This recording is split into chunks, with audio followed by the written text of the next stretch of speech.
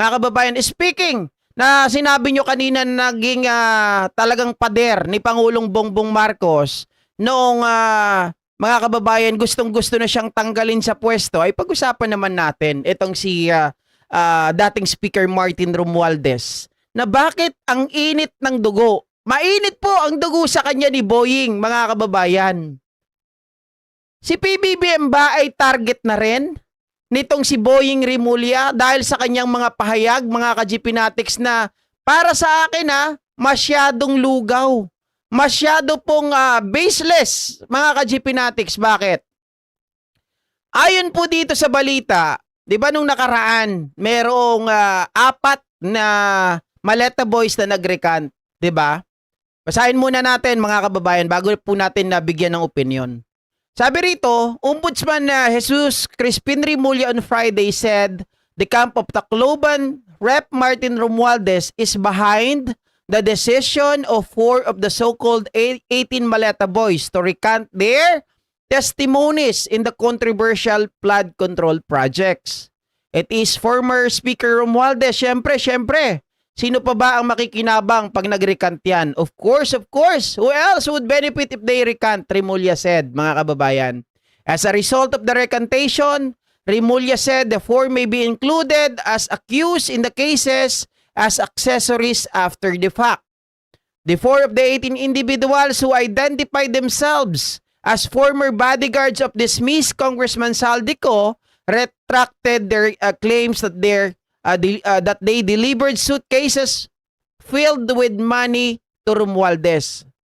Rimulya said the affidavit of 18 Maleta Boys had been individually scrutinized by the Office of the Ombudsman, which also conducted actual visits to where the suitcases of money were reportedly delivered.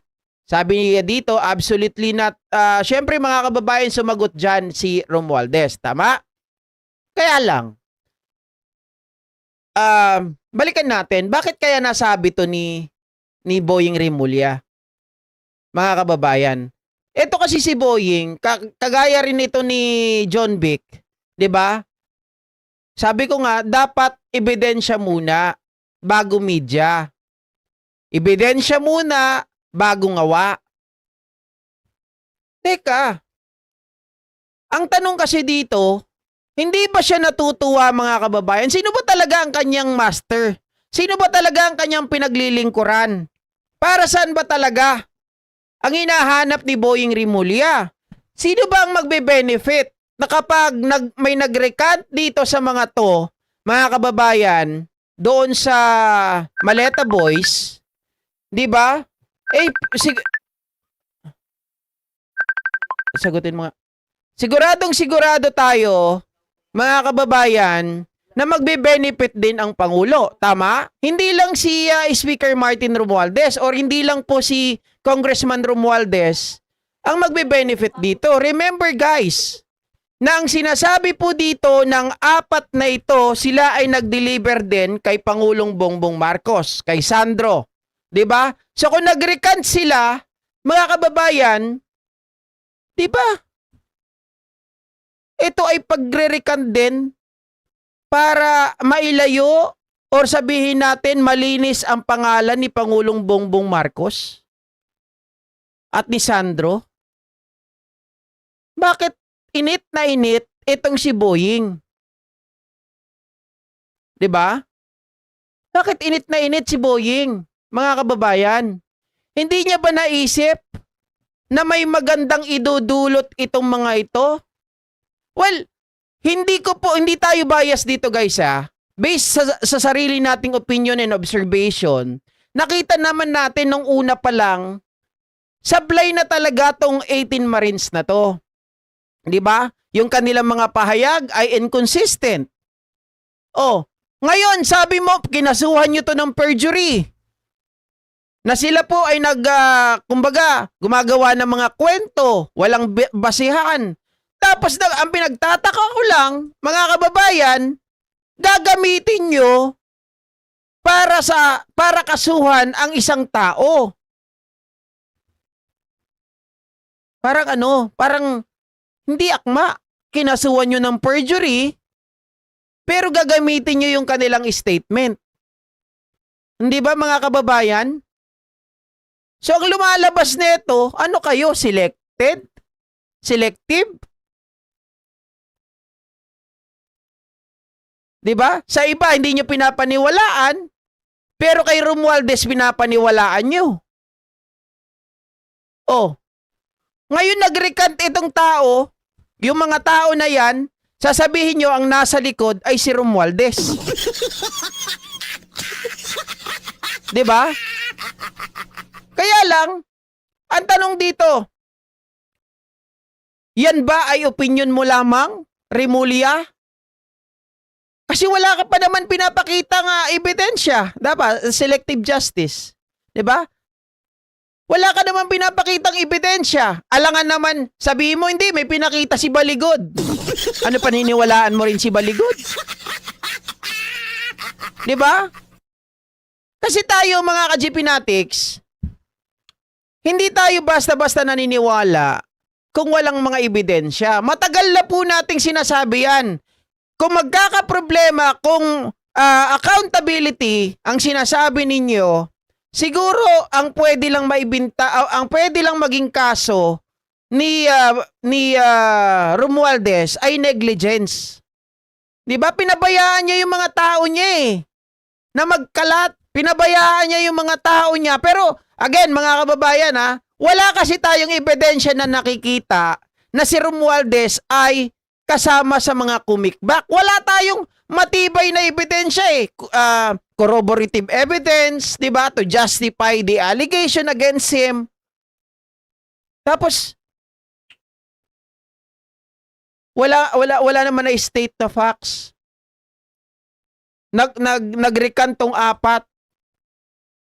Ang bilis-bilis mo nagpa-media, sasabihin mo si Romualdez ang nasa likod ng lahat. 'Di ba? Dapat nga matuwa ka dahil hindi ka na mapapagod. 'Di ba? Malaking butas ito. Oh. At hindi lang po, sabi ko nga si Romualdez ang magbe-benefit nito. Si Pangulong Bongbong Marcos din. Kasi hindi natin pwedeng sabihin, kayo ba papayag guys, na kinasuhan nyo ng perjury itong mga to. Sinasabihin nyo, liar itong mga to. 'Di ba? Tapos ngayon, pagdating kay Romualdez, iba yung tingin mo. 'Di ba? So, ibig sabihin dito, mga kababayan, ginagago mo ba yung sarili mo? Niloloko mo ba yung taong bayan? Ano ba talaga ang galit mo kay Romualdez? Hindi ka ba napagbigyan? May hinihiling ka ba kay Romualdez na hindi ka napagbigyan? Kasi kung personal grudge lang yan, mga kababayan, kung nagiging personalan ang atake mo na wala ka naman pinapakitang ebidensya, siguro better resign, 'di ba? Okay ka sana sa ibang mga kaso Kaya lang pag ganito nakikita natin, selective justice. Mga kababayan, ang pangit tingnan. Batok lang ang parusa ng negligence. Wala naman silang maipakitang ebidensya 'Di ba? Duterte ata yan si Boying. Well, mga kababayan, ako naniniwala na si Boying ay talagang nanggaling sa poder ng mga Duterte. 'Di ba? Kaya lang, hirap kasi sa politika Hindi talaga natin alam kung sino ang totoong kakampi mo. Walang permanenteng kaibigan, walang permanenteng kaaway dito Ang mahalaga sa kanila, mga kababayan, kung saan sila makikinabang 'Di ba? Kung saan sila magbe-benefit, nandun sila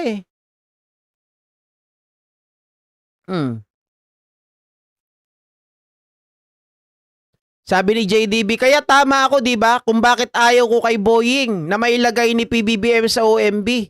Malamang sa 2029 ni PBBM naman ang kakasuhan. Eto nga, yun sinasabi ko kanina. Kaya ang tanong ko dito, mga kababayan, bakit mainit ang dugo ni Boying kay Romualdez? Si PBBM ba ang susunod niyang target? Kasi ganito yan eh, parang I feel something of mga kababayan na kapag pinipilit mo na ang nasa likod ng recantation ng apat ay si Romualdez, edi parang sinabi mo na mga kababayan na itong mga to ay nagrecant lang dahil nabayaran. Ngayon mga kababayan, punta tayo doon sa punto na kunwari hindi pa sila nagre-recant. 'Di ba? Ang tinuturo nila si Romualdez, tinuturo nila si PBBM. Kasi magagalit ang tao, bakit si Romualdez lang ang binabanatan mo? Tinuturo rin nila si PBBM. Gagamitin mo ba sa susunod yung statement din? Laban kay Pangulong Bongbong Marcos kapag wala na siya sa pwesto? 'Di ba? O baka nag-audition na daw si Remulla kay Sara.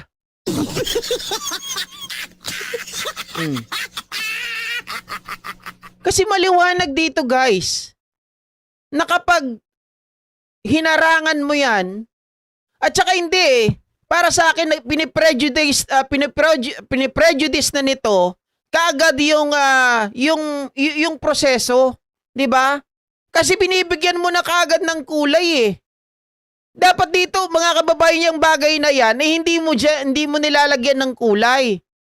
Sabi nga ni Romualdez ay handa naman nilang harapin ang mga kaso laban sa kanila. 'Di ba? Let the court decide. Let the document decide. Let the witness decide, mga kababayan. Let the people decide. Oh. Let the truth decide.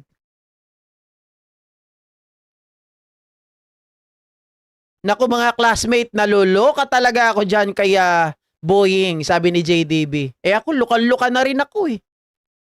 'Di ba? Mukhang si JDB lang ata talaga mga kababayan ang tumama na ayaw niya kay Boying Remulla noon pa lang. Ako kasi kahit papaano nung nasa DOJ siya, sabi ko okay lang sa akin. 'Di ba? Pero nung naupo, parang nagiba yung parang iba yung takbo ng hangin eh. Oh. Iba eh, mga kababayan eh. Hindi ko alam kung may personal grudge ba to sa kay Romualdez. Tanim ang magkapatid na Remulla sa admin ni PBBM. Kasi kung si Kong Martin kakasuhan ka, susunod niyan si PBBM, correct. That's exactly my point. Precisely. 'Di ba? Kung kakasuhan mo yan, at sinabi mong si Romualdez ang nasa likod, mga kababayan, parang it's tantamount na sinabi mo, kasama rin dyan si Pangulong Bongbong Marcos. 'Di ba? Kasi sila ang tinuturo ng mga to eh. Hindi naman si Romualdez lang ang tinuturo ng mga yan. Kasama si Pangulong Bongbong Marcos.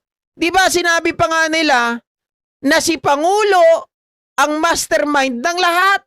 So therefore, kung tinanggap mo yung affidavit ng mga yan, mga kababayan, it's tantamount na naniniwala ka sa kanila. Pero on the other side, pagdating sa iba, sinungaling sila. On the other hand, sa ibang mga kinasuhan o pinapangalanan, sinungaling sila. Aba, parang mga kababayan, hatidin ang utak nito ni Boying.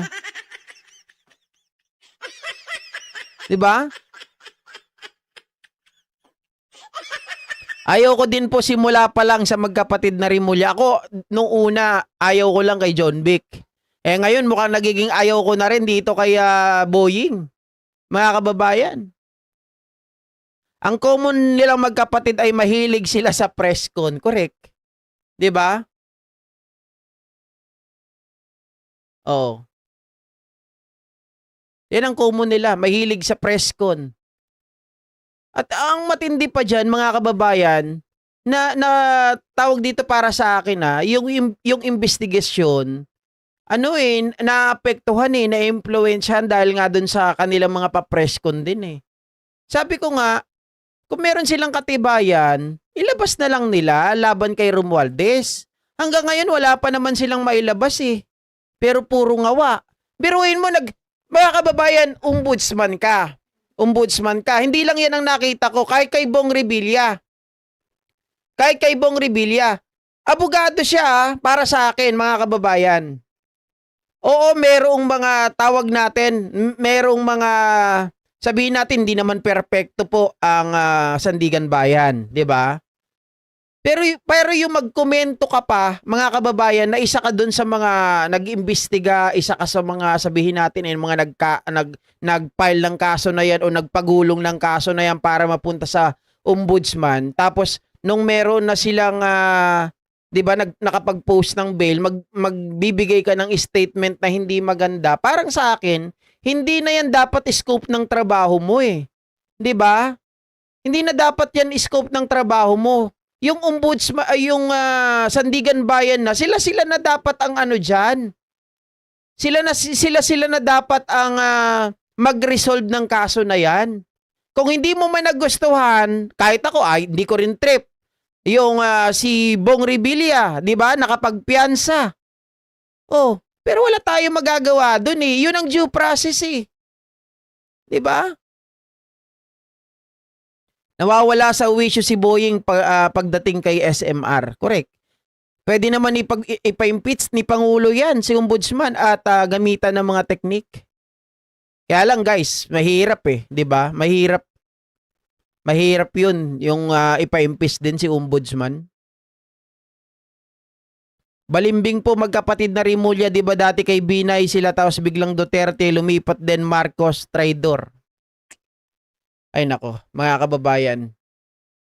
Hindi ko tuloy maintindihan ano ang nangyayari sa atin, no? Balimbingan, selective justice. Kaya ngayon justice tayo. Akala ko etong si Boying ay gift, mga kababayan. Akala ko mahusay. Akala ko ito ay para sa atin.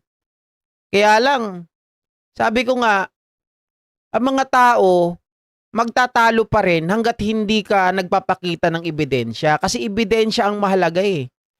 Paano mo ididiin si Romualdez? 'Di ba? Eh wala ka naman maipakitang papel. Oh. Kaya sabi ko nung una pa lang si Romualdez, ang problema niya, negligence. 'Di ba? Negligence. Nako. Sabi ko nga hindi kaya Maka Duterte talaga to, galit siya kay Romualdez kasi si Romualdez naging tawag dito armor ni Pangulong Bongbong Marcos para hindi mailuklok si Sara. Maaari yun eh. Oh. Dapat palitan na yan, halatang bias. Alam nyo ba kung bakit hindi maalis-alis si John Vic? Dahil dito, kay Rimulya. Lagi nakikipag-bargain yan para sa akin ha. Kaya hindi maalis-alis si John Vic dahil dito kay Boying. Dapat iba na ang ano niyan eh. Iba na talaga ang secretary dyan eh. Ng DILG. Magpakita ka na ng ebidensya na malakas, baka maniwala pa kami. Oh, correct, mga kababayan. 'Di ba? Maniniwala talaga kami diyan. Magpakita. Kaya wala akong tiwala diyan eh. Kay Boying nung una pa lang, kahit kay Bantag, 'di ba? Kay Bantag na yung machine. Kinampihan ko ba yan si Boying? Hindi, 'di ba? Kampi pa ako kay Bantag kasi alam ko si Bantag, hindi talaga siyang may gawa. Meron talagang sabi ni Pebbles, meron daw ibang tao na gumawa. Pero ang ipinipress nila, ang dinidiin nila si Bantag. 'Di ba? Kaya lang naman ako naasar kay Bantag, nagtago. 'Di ba? Hindi na lang nagpahuli. Hindi na lang mga kababayan inilaban yung kanyang sinasabi na wala siyang kasalanan. Kasi mas naniniwala ako sa taong kapag wala ka talagang kasalanan, dapat humarap ka. Kita mo si De Lima. 'Di ba? Tama, Sir GV, parang galit na galit siya kay Romualdez. Dapat tanggalin na yung magkapatid na Rimulya. Wala naman silang nagagawa, puro lang dada ng dada. Ganyan silang magkapatid. Grabe. Sabi ni Pebbles, si Bato daw ang nagpategi kay Bantag. Kaya nga, yun ang sabi ni Pebbles, di ba? Kaya nga, hindi pa yan sinasabi ni Pebbles, di ba JDB, hindi tayo naniniwala kay Bantag na siya ang pumatay kay Percy Lapid noon. 'Di ba? Hindi dahil mga kababayan hindi namin kinakampihan si Percy. Ang sinasabi namin hindi si Bantag ang pumatay. Mukhang nga itinuturo lang talaga siya. Siya lang yung dinidiin. 'Di ba? Para siya po ang mga kababayan mag-suffer. Ganon. Oh.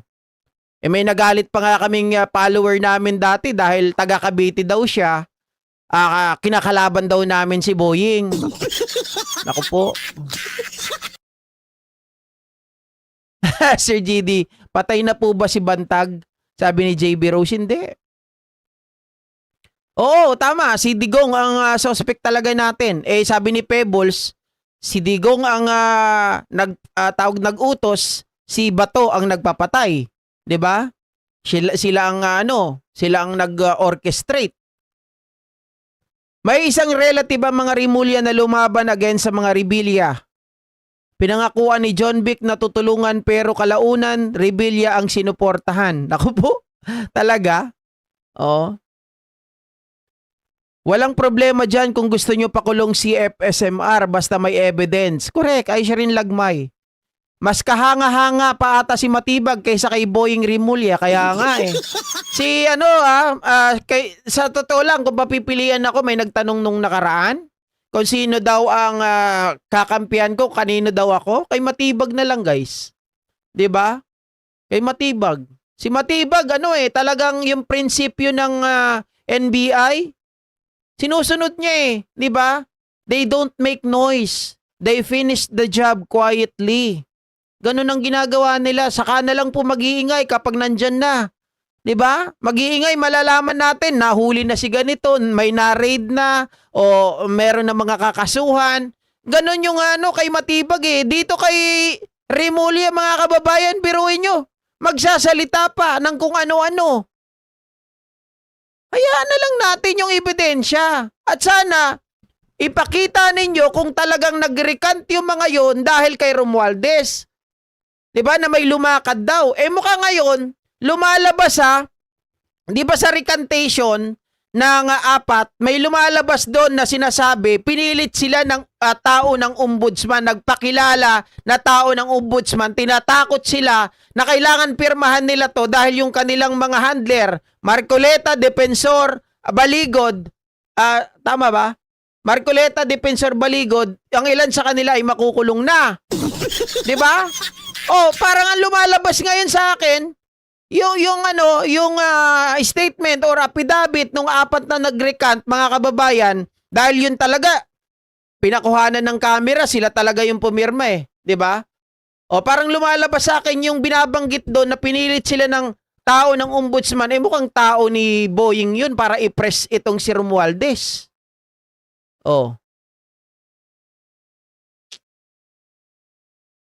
Ay nako. Yan ang mahirap Ay sabi ni JDB, ang buhay pa yon. Si Boying pati, Si Boying pati, ngala-ngala mo kulay berde. Kalma lang pre, naninigaw ko na. Iiyak na kami yan. Luwalakas. Nagkamali kaya si PBBM sa pag-apon kay Boying? What is your take po, Sir GP? Wala, mahirap guys Sa totoo lang Salawahan ang tingin ko dito 'Di ba? Pero ang isa lang ang nakikita ko, pag gusto niyang ipakulong si Romualdez, na wala namang ebidensya, ibig sabihin mga ka-GP Natics, etong si Boying Rimulya, pagdating ng panahon, ang habulin niya rin, si PBBM. 'Di ba? Kung sino siya makikinabang, halimbawa si Sara naging presidente, madali po siyang impluwensyahan. 'Di ba Lance Christian Baldanzo, Tita Lita?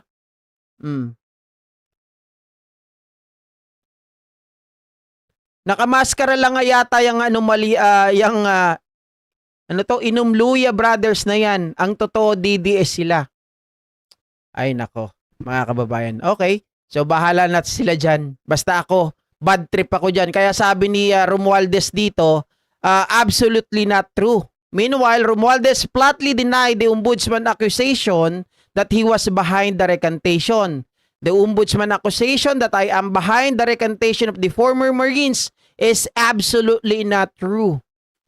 This shows how extremely prejudiced he is against me. Totoo. 'Di ba? Nakikita natin, mga kababayan, na talagang etong si Rimulya ay against kay Romualdez. Ang hinahanap ko na lang dito ano ba ang ikinagagalit, pinuputok ng butsi mo kay Romualdez? 'Di ba? Oh. Joros San Jose, always watching from Finland. Thank you so much po. Halatado, guys. Yung statement niya na yan, pagpapakita na talaga yan na siya ay bias, na siya po ay against Romualdez without kahit siguro sampalin mo to ng ebidensya, mga kababayan, sasabihin nito si Romualdez ang si Romualdez ang may pakana. Si Romualdez ang may kasalanan, si Romualdez ang mastermind. Walang kaya. Baka inggit, guys. Baka naman kasi gusto niya siya ang maging speaker dati. 'Di ba? Baka gusto niya siya Hindi, palagay ko ha. Mga kababayan, palagay ko po, ito ang naiisip ko diyan. 'Di ba pinag-usapan natin kanina, sabi ni VP Sara Duterte, sabi nila yung nakipagpulong si Sandro, nakipagpulong mga kababayan itong si tawag dito, si Pangulong Bongbong Marcos kay Digong dati. Baka naman isa sa mga inilalakad nila na ES o kaya naman na Speaker of the House, etong si Rimulya. 'Di ba? Maaring yan Baka nilalakad nila yan na siya ang Speaker of the House, aside from Gloria. Baka ito yung gusto nila. Kasi dati, tandaan nyo po bago po siya naging DOJ Secretary, nanalo po siya as congressman ng district nila sa Cavite. So ngayon, dahil nga si Congressman Martin Romualdez ang ginawang speaker, mga kababayan, at hindi siya pinili, para sa akin isa siya sa mga nilalakad nila. Ngayon, nilagay siya sa DOJ. 'Di ba? Pero palagay ko gusto niyang hawakan yung speakership. Kaya lang si Romualdez ang nilagay doon. Chismis yan Chismis lang 'yon. Oh. Totoo yung sinabi ko, Sir GP, Rimulya versus Revilla ang laban sa Bacoor noong 2016. Kailan up ng Rimulya ang kapatid ko? Ay, nawala.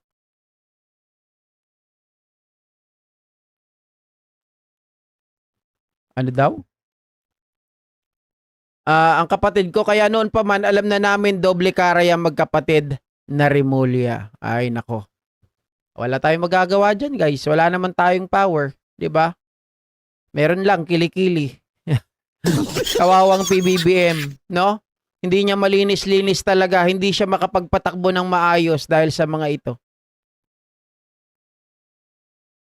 Baka gusto ni Boying siya ang makinabang sa flood control.